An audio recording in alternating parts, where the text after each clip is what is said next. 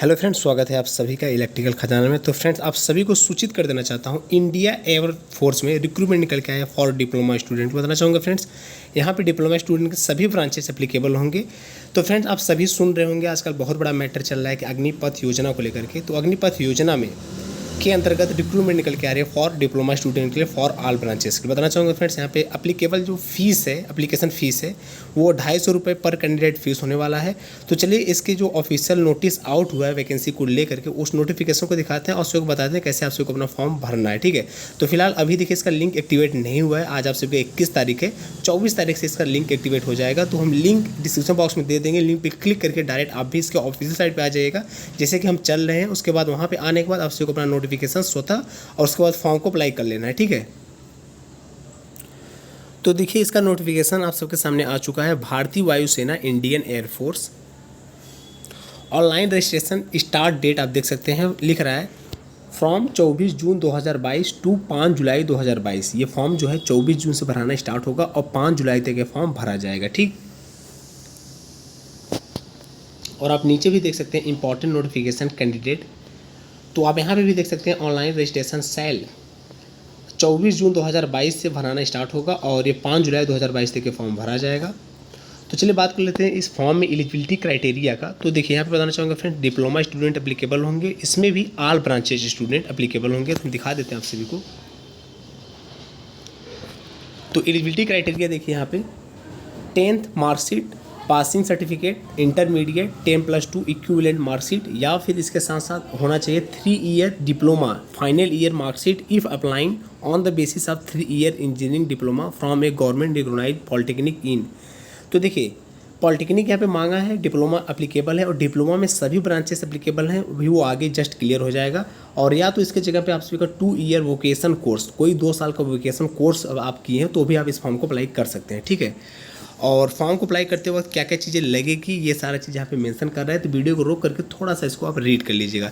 चलिए हम बात कर लेते हैं फ्रेंड्स एग्जामिनेशन फ़ीस की। तो आप सभी की एग्जामिनेशन जो फीस होने वाली है 250 रुपये पर कैंडिडेट होगा। एग्जामिनेशन फ़ीस आरएस 250 रुपये पर कैंडिडेट होने वाला है। और आगे चलिए बात कर लेते हैं, यहाँ पे देखिए आधार कार्ड बहुत मस्ट है। आधार कार्ड आप सभी को होना चाहिए और उस आधार कार्ड में उससे एक मोबाइल नंबर इंक्लूड होना चाहिए, कहने मतलब मोबाइल नंबर वहाँ पे लिंक होना चाहिए। और एलिजिबिलिटी क्राइटेरिया में सबसे इंपॉर्टेंट बात है एज को लेकर के। देखिए यहाँ पे डेट ऑफ बर्थ जो है आप सभी का डेट ऑफ बर्थ 29 दिसंबर 1999 और 29 जून 2005 के बीच में ही होना चाहिए। अगर आप 29 दिसंबर 1999 से लेकर के 29 जून 2005 के बीच में नहीं है तो आप इस फॉर्म को अप्लाई नहीं कर सकते। ठीक है, ये देखिए सबसे इंपॉर्टेंट वाली बात है। और आप देख सकते हैं in case a candidate clears all the stage of selection procedure then the upper age limit as on date of 23 years, मतलब अगर 23 साल से आपके एज ऊपर जा रही है तो आप इस फॉर्म को अप्लाई नहीं कर सकते। आप देखिए डायरेक्ट ये समझिए कि 29 दिसंबर 1999 से लेकर के 29 जून 2005 के बीच में आप सभी का डीओबी होना चाहिए। ठीक, इसेंशियल क्वालिफिकेशन में अगर हम डिप्लोमा स्टूडेंट की बात कर रहे हैं तो यहाँ पे जो डिप्लोमा होना चाहिए 3 year diploma course in engineering, mechanical से, इलेक्ट्रिकल से, इलेक्ट्रॉनिक्स से, ऑटोमोबाइल से, कंप्यूटर साइंस से, इंस्ट्रूमेंटेशन टेक्नोलॉजी से, इंफॉर्मेशन टेक्नोलॉजी से आप सभी का डिप्लोमा होना चाहिए। और यहाँ पे देखिए एक इंपॉर्टेंट चीज़ लेकर आया कि 50% mark aggregate 50% mark in English in diploma course. तो आप सभी का डिप्लोमा में जो इंग्लिश सब्जेक्ट था उसमें 50% मार्क्स होना मस्ट है।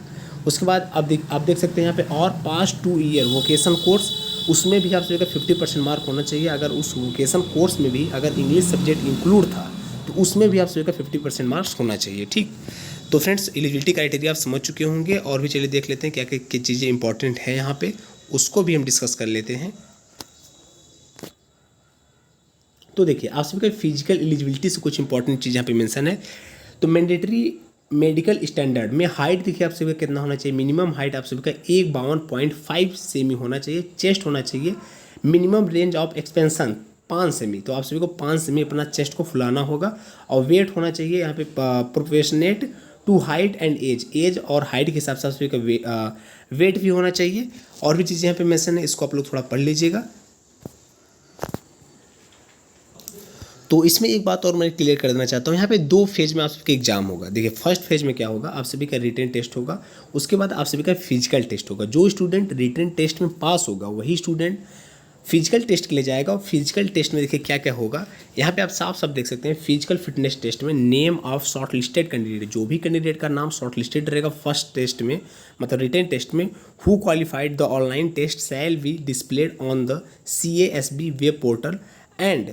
अब उसको देखिए करना क्या होगा सेकेंड मतलब कि फिजिकल फिटनेस टेस्ट में उसको 1600 मीटर का रेस लगाना पड़ेगा, ठीक है, और 10 पुशअप करना पड़ेगा और 1600 मीटर का जो रेस है वो कंप्लीट करना पड़ेगा 6 मिनट 30 सेकेंड में। उसके बाद 10 पुशअप और 10 सीटअप और 20 स्क्वायर, तो ये 10 पुशअप और 10 सीटअप लगाना पड़ेगा, 1600 मीटर का रेस कंप्लीट करना पड़ेगा 6 मिनट 30 सेकेंड में।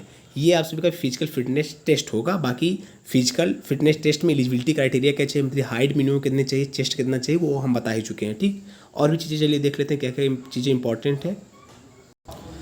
तो यहाँ पे कुछ टर्म एंड कंडीशन दिया हुआ है अग्निवीर से रिलेटेड, तो आप इसको वीडियो को रोक करके थोड़ा पढ़ लीजिएगा। वैसे भी आप लोग अग्निवीर के बारे में बहुत सारे न्यूज़ में बहुत सारे चीज़ जगहों से सुन चुके होंगे, तो आपको सारा मैटर क्लियर हो चुका होगा कि अग्निवीर में एक्चुअल में होने वाला क्या है।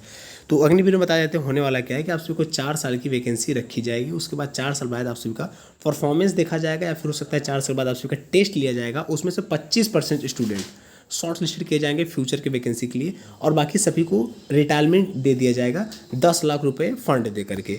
तो देखिए वही चीज़ अभी आगे लिखेगा वो भी क्लियर हो जाएगा आप सबका इस वीडियो में। तो आप देख सकते हैं आप सभी की जो सैलरी होने वाली है स्टार्टिंग फर्स्ट ईयर आप सभी की सैलरी 30,000 पर मंथ होगा, जिसमें से आप सभी का इन हैंड मिलेगा 21,000 रुपये, 9,000 रुपये आप सभी का कंट्रीब्यूशन टू अग्निवीर फंड में कटेगा। और सेकेंड ईयर आप सभी का सैलरी होगा 33,000 रुपये पर मंथ, जिसमें से 23,000 रुपये का हैंड टू हैंड मिलेगा।